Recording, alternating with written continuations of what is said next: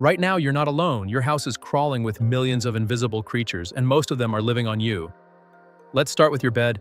Every night, you sleep with about 1.5 million dust mites. These tiny, eight-legged critters are feasting on the dead skin cells you shed while you sleep. Gross? Yeah, but they're too small to see, so ignorance has been bliss. Your kitchen sponge? It has more bacteria than your toilet seat. Way more. We're talking 200,000 times more bacteria per square inch. That thing you use to clean your dishes is basically a bacteria hotel. And here's a weird one. Your belly button is its own ecosystem. Scientists found an average of 67 different species of bacteria living in belly buttons. One person even had bacteria that only existed in Japanese soil, and they'd never been to Japan. Oh, and every time you flush your toilet with the lid up, it sprays bacteria 6 feet into the air. If your toothbrush is nearby, well, you're brushing with toilet water. The good news? Your immune system handles this stuff every day. You're fine.